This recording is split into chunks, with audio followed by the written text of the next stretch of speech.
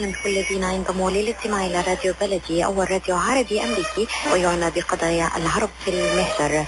برامجنا في راديو بلدي كل يوم جمعة من 8 وحتى 9 صباحا مع ليلى الحسيني في بث حي ومباشر وعبر wnzk راديو 690 AM. صباح الخير بلدي، صباح الخير لكل مستمعينا. Welcome to Radio Baladi, the first Arab, Middle Eastern, and American simulcast radio show. Radio Baladi is broadcast every Friday morning on WNZK 690 AM from 8 until 9 Eastern Time on Good Morning Michigan with Layla Al-Husseini. Our call-in number 248-557-3300. And now, stay tuned for the best radio talk show on Arab and American issues with your host, Layla Al-Husseini.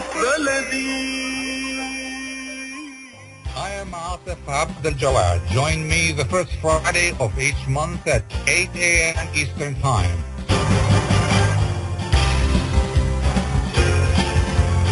I will be discussing some of the most important issues and events in the Middle East live on America's Voice of the Arabs.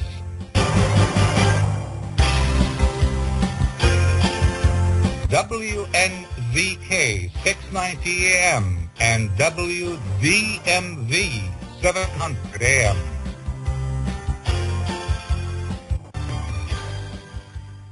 Good morning. I'm Atef Gawad reporting from Washington. Egypt and Saudi Arabia are gravitating toward each other again after a brief but acrimonious breakup that involved Saudi economic sanctions on Cairo. One big reason for the breakup may be Syria. This morning we'll examine the Syria-Egypt-Saudi triangle. Where is the Saudi-Egyptian relationship heading, and what's next for Syria after Raqqa is liberated? To discuss these issues, we have with us two distinguished guests and experts. Sameh Elhadi, journalist and Middle East expert, and will be joined later by Dr. Mohammed Alaa Ghanem from the Syria American Council. Let's start, Mr. Elhadi. Good morning to you. Good morning. Can we say that that Syria is actually the big factor shaping the Egyptian-Saudi relationship? Yes, good morning, Doctor, and hi to you and all to your listener. Thank you very much for the opportunity. The Syrian issue is something that's been playing a major factor in controlling and managing the balance between Saudi Arabia and Egypt since 2014. What's happening is that the Saudi Arabian is taking the issue as a matter of fact, some kind of personal issue, if I'm using the right term, and it's built its perspective and its position in this issue based on the control on the region and how strategically the Saudi Arabia can impact and change the circumstances in the whole region. Saudi Arabia is taking the Syrian problems as if it is survival or not survival thing. Egypt, on the other hand, seeing the problem is that they are agreed that there is a problem in the Syrian regime. But how to solve the problem and what are the tools and the appropriate ways to solve this problem, this is the major differences. Egypt would like to keep the state foundations, the establishments in Syria's society available to survive after this. They believe if the Syrian regime goes, who's going to control? Egypt has a previous experience before when the Muslim Brotherhood took over in Egypt, and they saw how hard to deal with them and how to control the foundations and the establishments in the states from a religious perspective, which is Egypt government and maybe peoples too are opponents big time. So it is a major factor, but not the only one. But this is what I think that the Saudi and the Egyptians are having a problems achieving a middle ground. Okay, we'll discuss other factors in a minute, but you referred to personal reasons shaping the Saudi desire to topple Mr. Bashar al-Assad. what is the most important personal factor, and what is it, frankly? It is actually what's happened in 2006 when President Bashar al-Assad at that time was addressing the Congress at Damascus in a celebration, and he was referring to some of the Arab governors as half men. So since that time, the King Abdullah ibn Abdulaziz, the former King of Saudi Arabia, had an emergency meeting along with others, key factors and decision makers in the Saudi government, and they decided that ousted Bashar al-Assad from the position in Syria is something that they must do as a retaliation for assaulting the King of Saudi Arabia. And this is something maybe related to the tribe culture that Saudi Arabia is adapting, and see a lot of things through this culture. And I believe this is the most important thing. This is the main factor that happens trigger the whole problem between Saudi Arabia and Syria. Some people also refer to the sectarian factor. Is it a factor here? You know, the Sunni-Shia split. The sectarian factor could be the out front. It's not the main reason. This is the out front that fuel the struggle and could generate more funds to the extremist group involved in the conflict.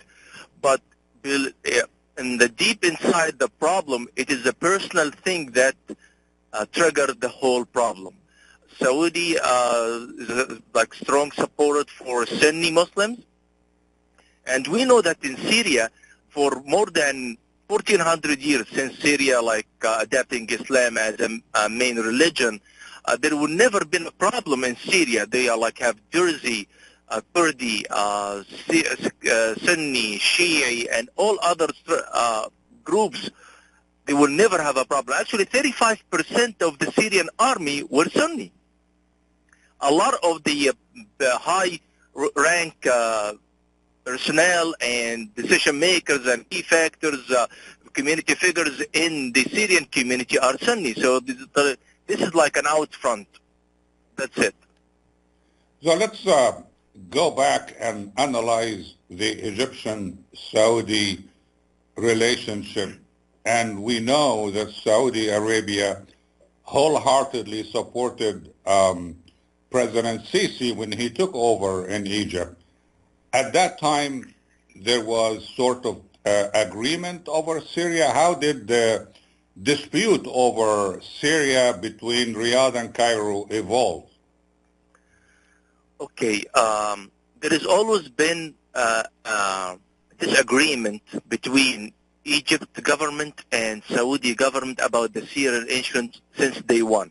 However, this has not been have a chance to go out to the public until the King Salman ibn Abdulaziz took over in 2 years ago and start implementing and put a lot of pressure and conditions on the Egyptian government to be 100% sided with the Saudi perspective and support all the Saudi activities in the region, starting with Syria and pass by Yemen at the end. But the Egyptian government and the Egyptian people knows exactly that the Saudi will never be able to fully control and lead the region. And all the superpower in the world know exactly that the Saudi may have the strongest economy in the area. They are a wealthy state, but they lack the historical weight that Egypt has. They lack the strong and the soft power that Egypt has. So this is why Saudi Arabia is struggling and fighting, try to build this soft and influence to control Egypt by assisting them, helping them fully support the regime when they changed it back in Egypt in 2013, and try to ask Egypt now to return the favor by just support Saudi Arabia, put your power, your soft power, your military power if needed, behind the Saudi actions. And this is something is not going to be able to pass and swallow by the Egyptian establishments, because although that Egypt has a tough time economically, and they have tough times with the social activities, with the support for the Egyptian people normally they needs, but they still have this internal pride that we cannot allow to be number 2 in the region.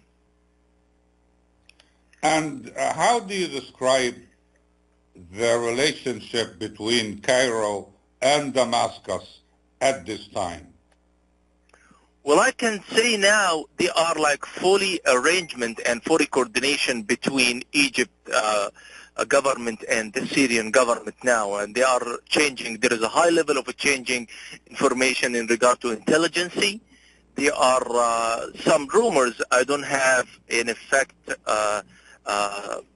evidence about that the Egyptian army is helping the Syrian army by sending munitions and equipment and some logistic tools to help them fight the groups. There is a high level of coordination, but what we are seeing is only the tip of the iceberg between what's happening between Egyptian government and the Syrian government. And there is, like, in the last 4 or 5 months, a lot of exchange and visits, non-announcement visits between the intelligence personnel from Egypt and the defense, the Department of Defense in Egypt and the Department of Defense in Syria. And we believe that soon, very soon, there is going to be an outbreak in the Syrian problem based on what's happening in Astana and the arrangements and understanding between Donald Trump and Vladimir Putin.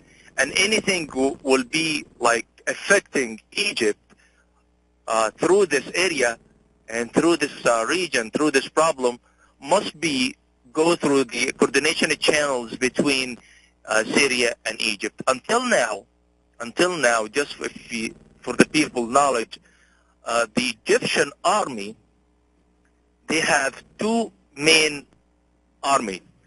The second army and the third army. Since the union between Egypt and Syria back in 1956, the Syrian army is the number 1 army. So those ties between the 2 foundations, especially the military, will not be easy to be break. And this is what's happened back in 2013 when President Morsi decided to cut relationship between Egypt and Syria. And it was like a shock news to the Ministry of Defense and the Ministry of Foreign Affairs. Both of them were not aware of this without any consultation with them, just an individual decision. The 2 organizations and the 2 ministries decided that they are not going to follow these directions, and they're going to continue the coordination and the communications with the Syrian government. Okay, Sameh, stay with us, please. We'll be back after the break. All right. Welcome to the United States. Please proceed to the passport control. ماذا يقول؟ إلى أين أذهب؟ ماذا علي أن أفعل؟ لو سمحت، هل تساعدني؟ ماذا قال هذا الرجل في الإعلان؟ ألا تعرف الإنجليزية؟ أعرف، ولكن أساسيات فقط. عليك بتعلم اللغة. ولكن أين؟ يوتيكا كوميونيتي سكول ESL بروجرام، أساتذة متخصصون، منهج متميز، يمكنك التسجيل طوال العام. لرسوم التسجيل ومواعيد الفصول الدراسية عليك الاتصال بالهاتف رقم 586-797-6960 586-797-6960. تحدث اللغة وتعلم نمط الحياة مع يوتيكا كوميونيتي سكول ESL بروجرام. تعلم، تحدث وأكثر. A car accident can change your life in an instant. As a result of a car accident, you may become unemployed. As a result of a car accident, you may need a lot of medical treatment. People think that insurance companies are on their side. Why? Because they're giving them 1 or 2 benefits. Are they giving them all the benefits they deserve? How would one know unless you consult with an attorney? Call the law offices of Jumana Kiruz at 248-557-3645. 248-557-3645. 3645. Ziyad brand. Quality products from our family to yours. Ziyad Brothers Importing offers the finest quality products, including brands like Sultan, Kraft, Nestle, Hook, Rico Picon, Dana, and many more. Ask your retailer to carry these fine products because you deserve the very best. For more information, visit our website at www.ziyad.com. That's www.ziyad.com. Ziyad, quality products from our family to yours. From their first words to first grade, Dreamy Children's Center will help get your child on the right track. The highly qualified staff works closely with parents to provide an experience that goes beyond early education. We can help nurture important personality traits with the use of educational programs ranging from preschooling for infants to Montessori-approved programs and bilingual curriculums for young children. All meals can be provided and we can arrange for after-school pickup. Dreamy Children's Center in Dearborn Heights on Warren, in Westland on Ann Arbor Trail, and in Troy on DeQuinder. Life for Relief and Development is a non-profit charity that has been providing humanitarian aid and development to people and communities regardless of race, color, religion, or cultural background for over 22 years. When disaster occurs here or around the world, Life rushes to provide food, medical aid, and shelter to those in need. Life also has development projects to provide medical relief, water purification, educational programs, relief for orphans, and much more. Your help and support can greatly improve these efforts. All donations are tax deductible. For more information, please visit our website at lifeusa.org or call 248-424-7493. That's lifeusa.org, 248-424-7493. I am Atef Gawad. Join me the first Friday of each month at 8 a.m. Eastern Time.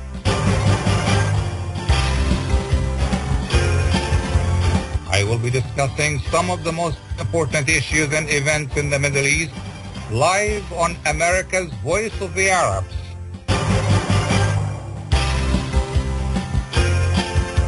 WNZK 690 AM and wdmv 700 AM.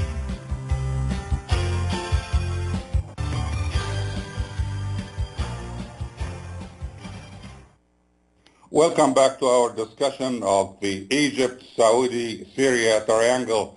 And we are joined now by Mr. Mohammed Alaa Ghanem, a distinguished expert from the Syrian American Council.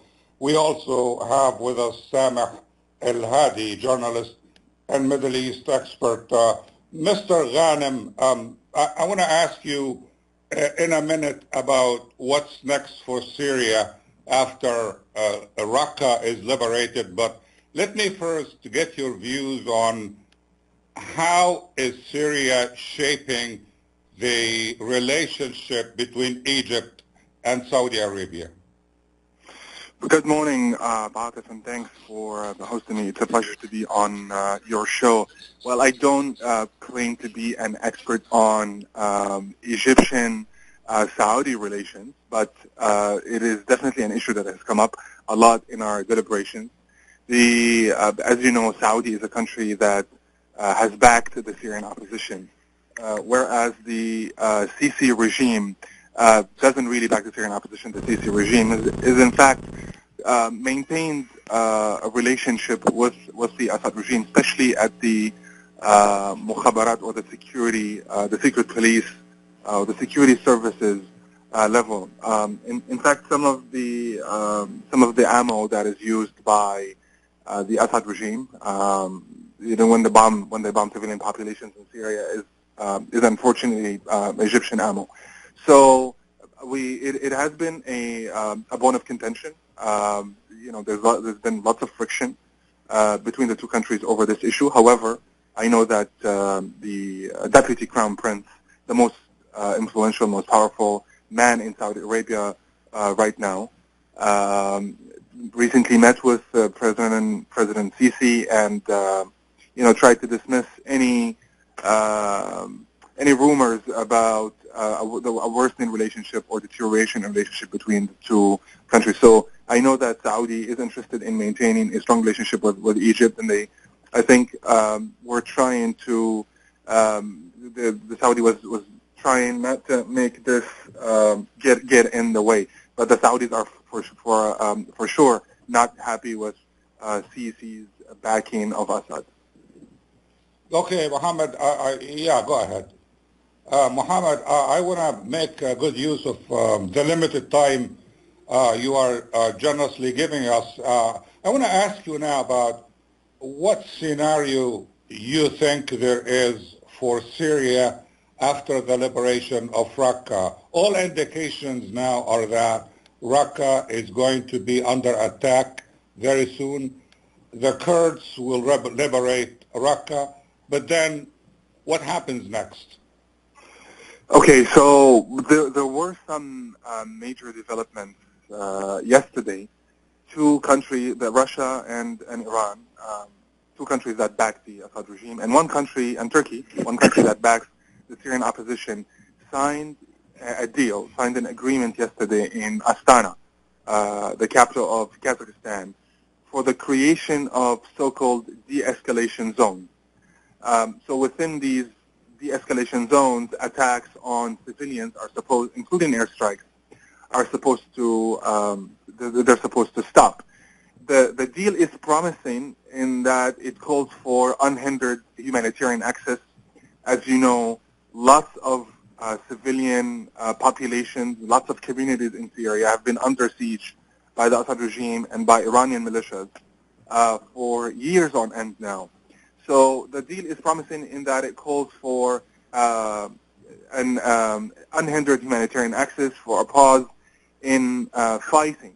However, the deal wasn't signed by the agreement wasn't signed by the Syrian opposition, nor was it signed by the Assad regime. And we know from the past that deals that were not signed by Syrian parties quickly fell apart. So that is an issue. The deal also has a lot of loopholes that can allow the Assad regime to continue to bomb civilians in Syria, for example, while claiming that they're targeting ISIS or targeting Nusra, which is the local franchise of Al-Qaeda in Syria. So these aspects of the deal are worrisome. The other thing that is really troubling about the deal is that it includes Iran as a guarantor and as a member of the peacekeeping force, which is something, of course, that the Syrian opposition isn't happy with. The United States welcomed the deal cautiously. They're also very wary of any Iranian involvement in peacekeeping because, think about it. It doesn't make sense. I mean, basically the deal as it stands now, it would set the wolf to guard the henhouse. The same Iranian militias that are besieging and bombing civilian populations are now supposed to monitor, to be part of the monitoring mechanism, which doesn't make sense. However, we welcome any good faith initiative that has the potential to reduce the number of civilian casualties in Syria and help with humanitarian assistance. So we'll see how that goes. Now, like you said, the United States' main focus right now is actually not on political transition in Syria, but on the defeat of ISIS.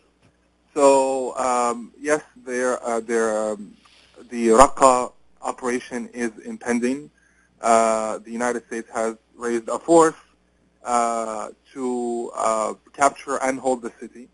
The force is called the SDF, or Syrian Democratic Forces. This force, however, critics of the force would say that the force is dominated by Kurdish YPG militias, that yes, there's an Arab component to the force, but it's a very small component, barely 20%.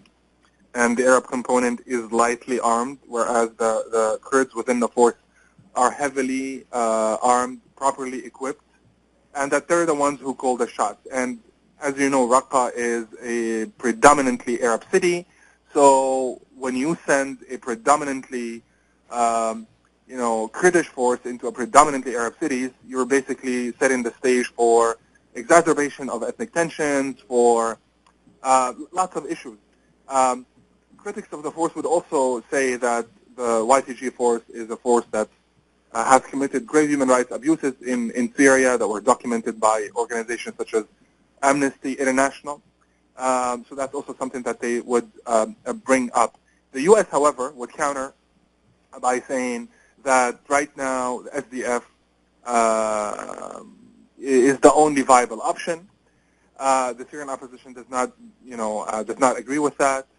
They would, the Syrian opposition would say the Syrian opposition was able to liberate large swaths of territory from ISIS in recently, actually, over 126 square kilometers in the Syrian desert.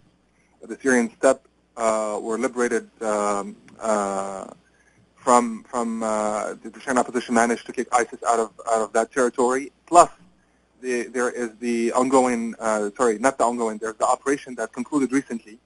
It was called Euphrates Shield, and it was a collaboration between Turkey and Syrian rebel groups, and they were also successful in dislodging ISIS from towns such as Bab in northern Syria.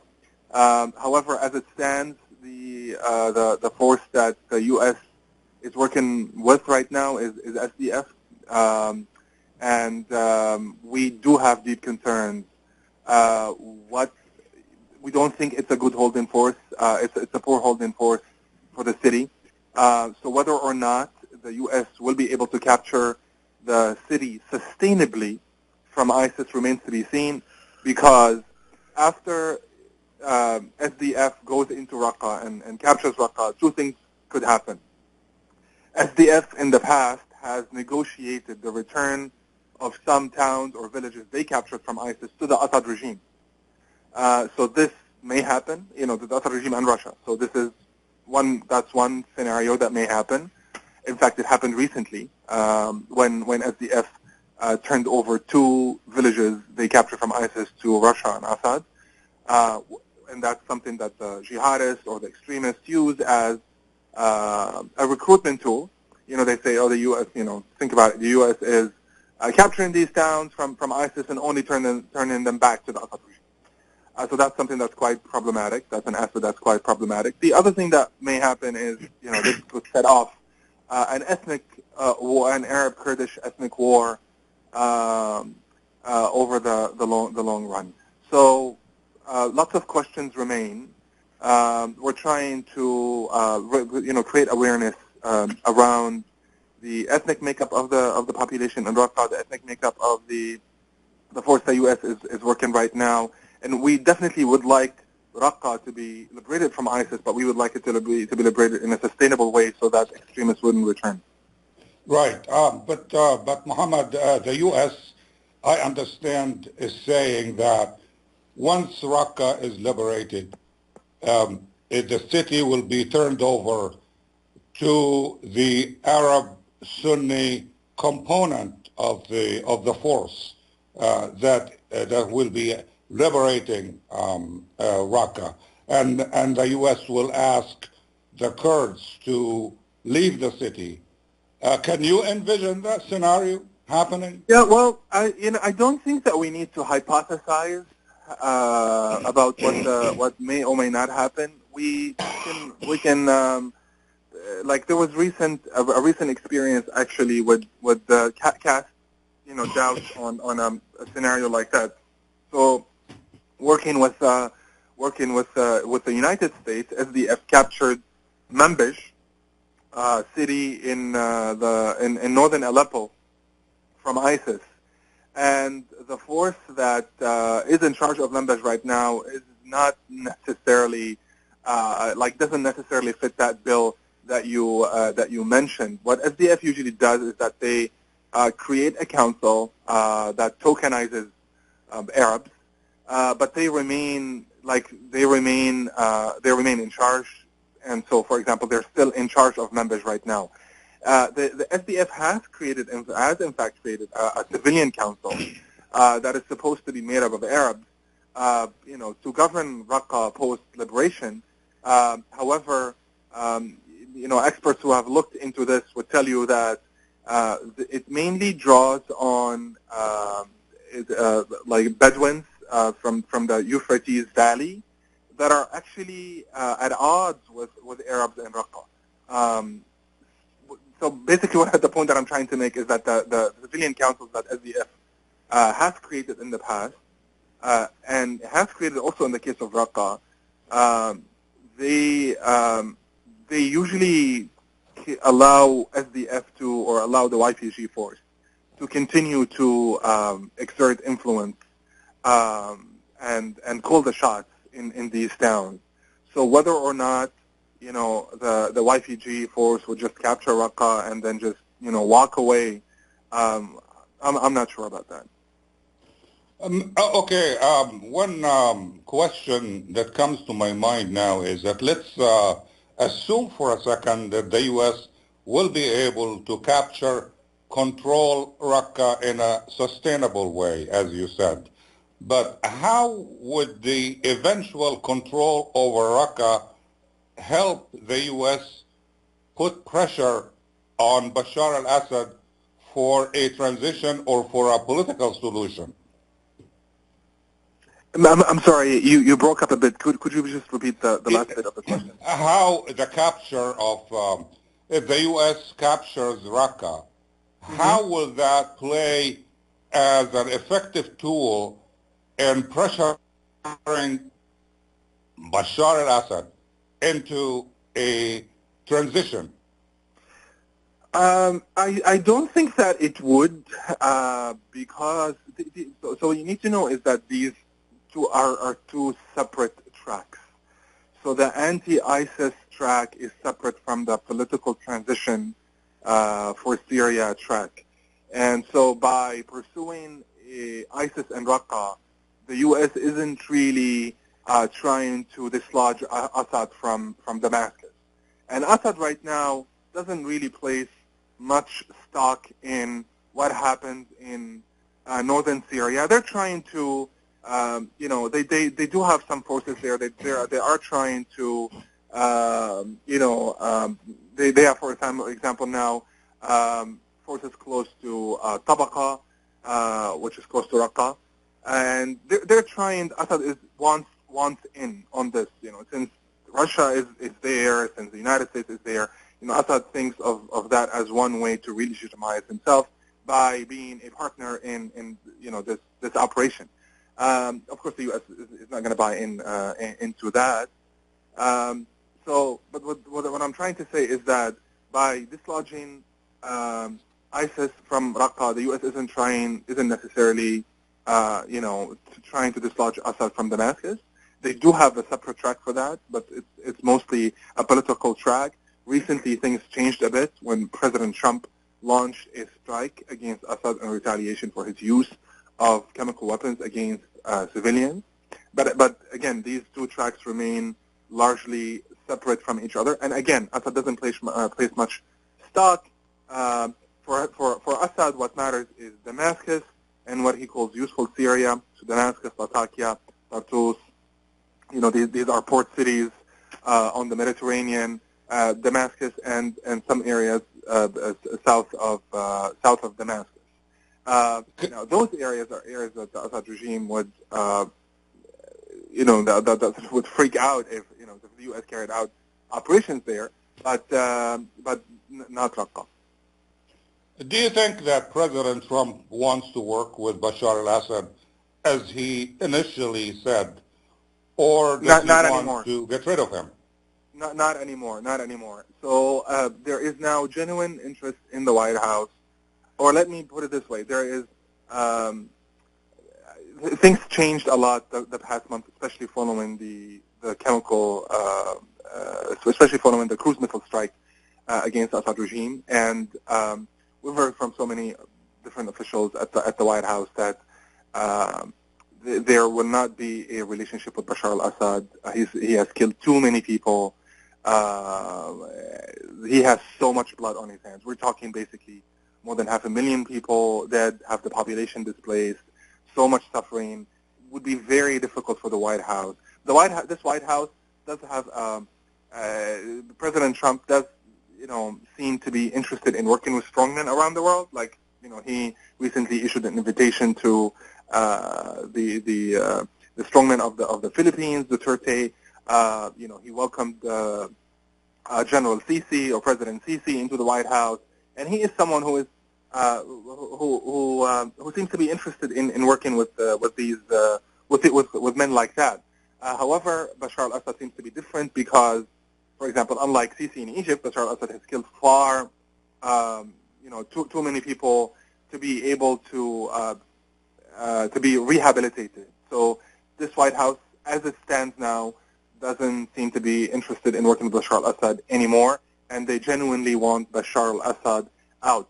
And this was made very clear, this was expressed very clearly in statements by the Secretary of the State, Tillerson, U.S. Ambassador to the United Nations, Nikki Haley, and President Trump himself.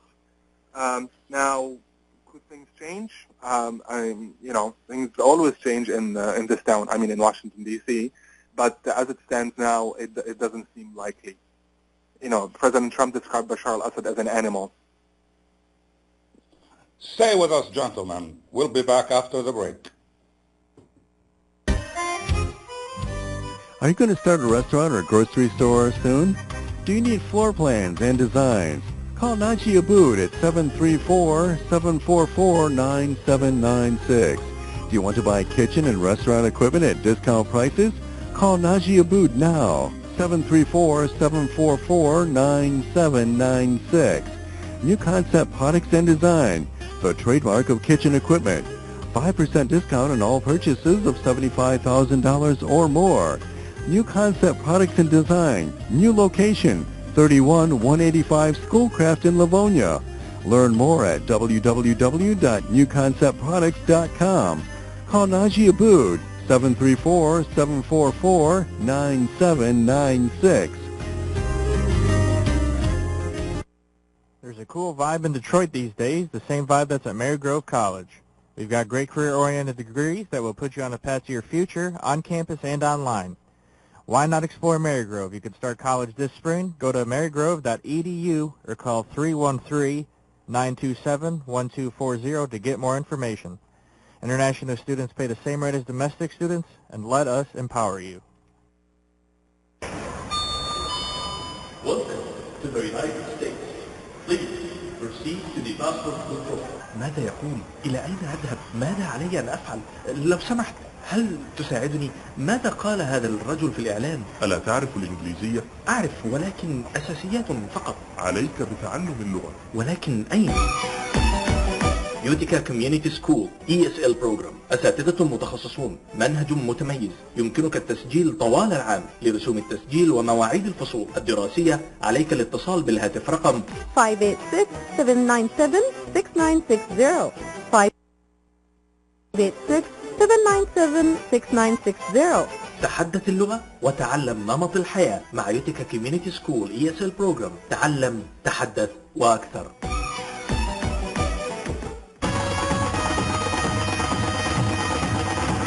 بدأناه معكم وعاهدناكم على أن نستمر بمزيد من المتعة والعروض الحصرية على قناتي زي ألوان وزي أفلام. زي ألوان هي أول وأكبر قناة مسلسلات عربية هندية في أمريكا. أضخم الإنتاجات، مسلسلات حصرية، ومع زي أفلام فأنتم على موعد مع مغامرة جديدة كل يوم لاكتشاف سحر بوليوود. تابعوا حصريا قناتي زي ألوان وزي أفلام الآن في أمريكا على ديش نتورك وسلينج تي في. مراكز IVF للخصوبة وأطفال الأنابيب تستقبل مراجعيها في بلومفيلد هيلز ومراكزها المنتشرة في ميشيغان وأوهايو.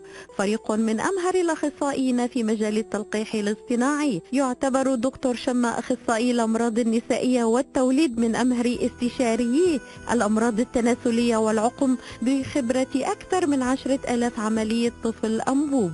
رعاية طبية ممتازة وتفهم عميق للأثر العاطفي والنفسي لتأثير العقم على الحالة النفسية. لمزيد من المعلومات اتصلوا على 248-952-9600 248-952-9600.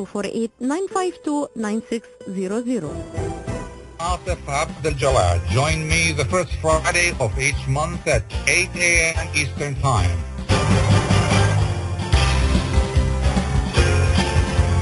I will be discussing some of the most important issues and events in the Middle East live on America's Voice of the Arabs.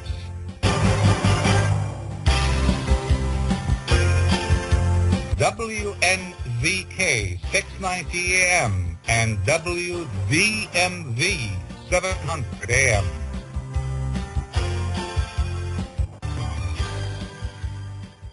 Welcome back to our discussion of the Syria-Egypt-Saudi triangle. With us now, Mr. Sameh Elhadi, journalist and Middle East expert. Welcome back, Mr. Sameh. If you have anything to comment, you probably heard some of what Mr. Ghanem said a few minutes ago. Well, first of all, I'd like to extend my greetings to Mr. Ghanem also. And secondly, I'd like to extend my condolences to all of those innocent people that have been victims of this conflict in Syria. And I have I may be wrong. What I understood that there is like a criticism that's been directed to the Egyptian government by supporting the Syrian government. And I understand the position. However, although that the Syrian been supported by the Russian government very heavily, yet the Syrian opposition has been able to sit, talk, and exchange opinions and visits with the Russian government without any obstacles. On the other hand, there is criticism to the Egyptian government when it support to the Syrian government. I don't understand why. However, the second comment I may have that the White House changed its position recently after what claims to be a chemical attacks by the Syrian government, which is not proven until that moment, at least from the international community perspective, which is trying to implement and apply a transparent and neutral investigation process to decide who was responsible of using the chemical weapons. The primary investigations showed that there is a proof and evidence of using a chemical weapons, but without any evidence that this could be associated one way or another to one party, either the Syrian government or the oppositions. So we're still in the middle of this. This is my only two comments I have. Let's go back to Mr. Trump's change of position on the issue of the political future of President Bashar al-Assad. As you know, during the campaign, he said he would be willing to work with Mr. Assad. Now he's saying Mr. Assad is an animal. That's just to quote him.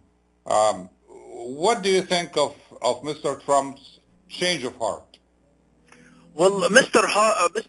Trump is very hard to predict or to understand what way he's going to be heading in international policy. We know that he is heavily criticized the North Korean president Kim Il-sung, and 2 days ago he said that he will be happy to work with Kim Il-sung or even visiting or meeting him when the appropriate circumstances in place.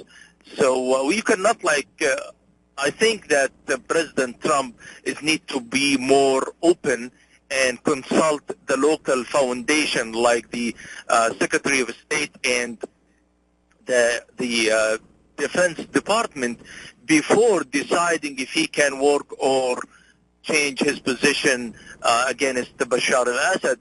A lot of the European governments now and leaders understand that Bashar al-Assad by himself is not the problem. He is only the front of the problem. The problem is that the big questions, as you mentioned during the course of the interview, what's going to happen next? We take over Raqqa. What's going to happen next? We take over al-Mosul. What's going to happen after? We ousted Bashar al-Assad. What's going to happen after? Who is going to be in control in Syria? And who can guarantee, which is very important, at least from the Egyptian perspective, who can guarantee the unity of the Syrian land? Syria must stay as one union and one unit as a country. The separation or the divisions in the Syrian land will cause a huge problems in the future, and Egypt can see this and work very hard to eliminate this option. Okay, Sameh, I want you to think about this question, the very question of what's next. But first, I want to go to Jerry, who is on the line now. And Jerry, go ahead with your question or comment, please. Thank you, Dr. Atef Gawad. I appreciate it. Dr. Atef, I want to address my question to your both guests, Mr. Ghanem and Mr. Elhadi. My question, I will divide it in two part A and part B. Part A, the close relationship between Egypt and Saudi Arabia, how going to affect the Muslim Brotherhood in Egypt? That's one. Outside Egypt, how this relationship going to affect the four countries in the region? One of them, Iran. Second, Turkey. Third, Yemen. And then the Israeli-Palestine relationship. My question is, who going to benefit from this and who going to be the loser at the end? Thank you very much. Thank you, Jerry. Sameh, would you like to respond? He was been cutting off a little bit. If you would please just rephrase his questions. I think the first part of the question was how the Saudi-Egyptian relationship would impact the Muslim Brotherhood. Yeah. All right. King Salman and his government, one way or another, have some, just for the lack of a better term, have some deep appreciation to the Muslim Brotherhood. Saudi Arabia government is a conservative government, and they've been supported by the Wahhabi regime on the social level for a long time with the ties relationship. If there is a strong relationship between Egypt government and Saudi government, Muslim Brotherhood will suffer somehow. But on the social level, on the people level, maybe on the high rank decision makers in Saudi Arabia, there's not going to be a problem. They're going to still support the Muslim Brotherhood. Saudi Arabia understands that the Muslim Brotherhood, since 1969, when there is a problems, and we know that former Egyptian President Nasser have heavily attacked the Muslim Brotherhood. Since that time, so many of the Muslim Brotherhood leaders immigrant to the Saudi Arabia, and the Saudi Arabia hosted them and provide a very host welcome environment to them, and they are given a chance to work in the education in Saudi Arabia, in the social activity, in a lot of social and civil aspects. Muslim Brotherhood have a strong support on the local level, at least in Saudi Arabia. However, the other question, if I understand it right, Muslim Brotherhood has no future in the political operation in Egypt, at least on the short range. What's going to happen in the future, this is something very difficult to be determined. And the second part of Jerry's question was the impact on other countries such as Iran and Turkey. All right. In order for us to understand the Egyptian perspective for Iran, we have to see the Iranian-Saudi relationship. Only 3 countries in the world have no political relationship with Iran: Israel, United States, and Egypt. And it's at the interest of the Saudi Arabian government to keep the situation like this between Iran and Egypt. Any understanding or any approach, procedures or strategic approach between Egypt and Iran will put Saudi Arabia in very difficult situation.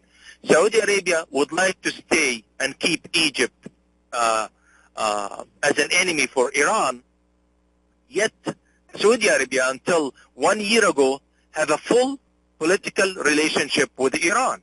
Why? because those two big civilization and two big history countries in the area can make the balance between the Sunni and the Shia sectarian division in the Islam without the need of Saudi Arabia. Why? Because it's happened in the history. It happened in the past. We know that Egypt, and when it were like a kingdom, the Shah of Iran were like brother-in-law with the Egyptian former king Farouk. And the understanding between Al-Azhar and Al-Hawzat Al-Almiya in Iran back in 1934 established the internal dialogue about Islam, Sunni and Shia dialogue established in Al-Azhar back in 1934. So the soft power that can influence the whole Muslim world actually centralized between the modern Sunni and the middle Sunni Islam in Al-Azhar and the Hawzat in Iran. So it's very important for Saudi Arabia to keep the separation between Egypt and Iran. On the other hand, Turkey, there is a huge and long history of hostility and animosity between the Egyptian and the Turkish. Why? Because all the time since the Osmanian Emperor, that the Egyptian would like to distinguish themselves as a separate and independent country under the Osmanian control. And this has caused the problems, historical problems established since 1887 or 89, if I'm not mistaken, between Mohammed Ali Pasha sending his son Ibrahim Pasha, tried to attack the Asitana at the heart of the Ottomanian Caliphate. It's a history of hostility and animosity. The only time that Turkey had been able to approach Egypt when Muslim Brotherhood took over the power in Egypt. The Egyptian and the Turkey problem now focus on one problem, which is the legitimacy of the Sisi regime. Turkey said that it's a coup. Egypt said no, it's not a coup. And I understand that there's going to be a solution when the Turkish try to focus on their internal problems rather than trying to be the good cop in the area and try to dictate how people control their countries. Okay, Sameh, when we come back, I want you to answer my last question, and that is, what's next for Syria when we come back? The Rama Relief Foundation provides humanitarian aid into areas inside of war-torn Syria, as well as aid to the refugees who have fled to the neighboring countries in the Middle East. The foundation offers food baskets, container shipment, mental health, education, soup kitchens, and more. Go to ramarelief.org or call 248-990-4247. Any donation amount made to Rama will go to sustaining many lives. Call now 248-990-4247. When you're looking for the best in optical care, Dr. Imad Nakash is your doctor to see. With years of experience and thousands of successful procedures performed, you can trust your eyes to Dr. Imad Nakash. See Dr. Imad Nakash and his professional staff for your eye care needs. There's 2 locations to serve you. In Hazel Park, call 248-336-3937. 248-336-3937. In Rochester Hills, call 248-299-3937. That's 248-299-3937. Welcome to the United States. Please proceed to the passport control. ماذا يقول؟ إلى أين أذهب؟ ماذا علي أن أفعل؟ لو سمحت، هل تساعدني؟ ماذا قال هذا الرجل في الإعلان؟ ألا تعرف الإنجليزية؟ أعرف، ولكن أساسيات فقط. عليك بتعلم اللغة. ولكن أين؟ يوتيكا كوميونيتي سكول ESL بروجرام، أساتذة متخصصون، منهج متميز، يمكنك التسجيل طوال العام. لرسوم التسجيل ومواعيد الفصول الدراسية عليك الاتصال بالهاتف رقم 586-797-6960 586-797-6960. تحدث اللغة وتعلم نمط الحياة مع يوتيكا كوميونيتي سكول ESL بروجرام. تعلم، تحدث وأكثر.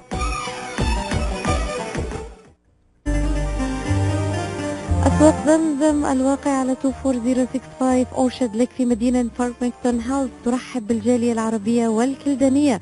تنزيلات كبيرة على عموم المواد الغذائية في يوم الأربعاء من كل أسبوع. لا تنسوا فريش كاري اوت، جميع انواع المعجنات، وايضا صواني الكمبو المشكله والصمون الحار، لحوم حلال الجاليه العربيه والاسلاميه الملحمه باداره قصاب الجاليه المعروف سلوان جربوع. زوروهم على 24065 اورشاد ليك في مدينه فارمington هاوس، او اتصلوا بهم على 248-476-0300. اسواق زمزم للمذاقي عنوان لجميع طلباتكم، اتصلوا على 248-476-0300. أسواق زمزم للمعاملة الراقية وكرم الضيافة عنوان. I am Atef Gawad. Join me the first Friday of each month at 8 a.m. Eastern Time.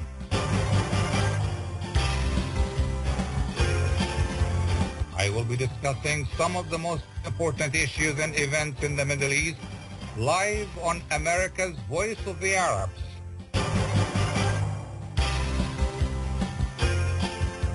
WNZK 690 AM and WDMV 700 AM.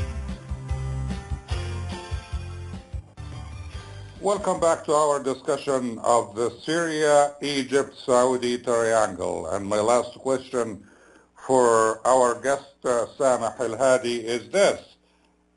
What's next for Syria, Mr. Elhadi?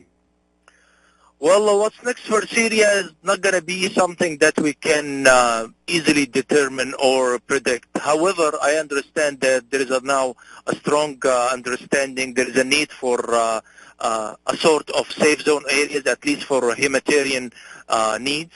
And after that, they're going to continue working between the opposition and between the Syrian regime, try to secure a new constitution as planned, and a sort of transition in power in Syria. It's still very foggy, Dr. Gawad, and it's not going to be easy to be predict.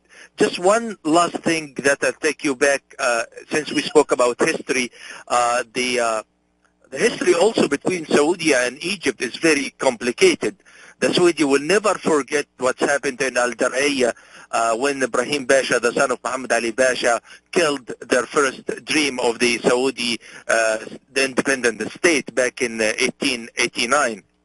And this is something I heard it personally from one of the former Saudi ambassador to Egypt. He told me that our strategic plan for Egypt is that we cannot let Egypt stand on her completely by itself as a country and be strong as it happened with Mohammed Ali Pasha, and also we cannot let her fall. Egypt must stay on her knees all the time. Mr. Sameh Elhadi, thank you very much for your contribution. I also would like to thank Mohammed Alaa Ghanem, who took part in our show, and I will see you again the first Friday next month on Radio Baladi. Thank you.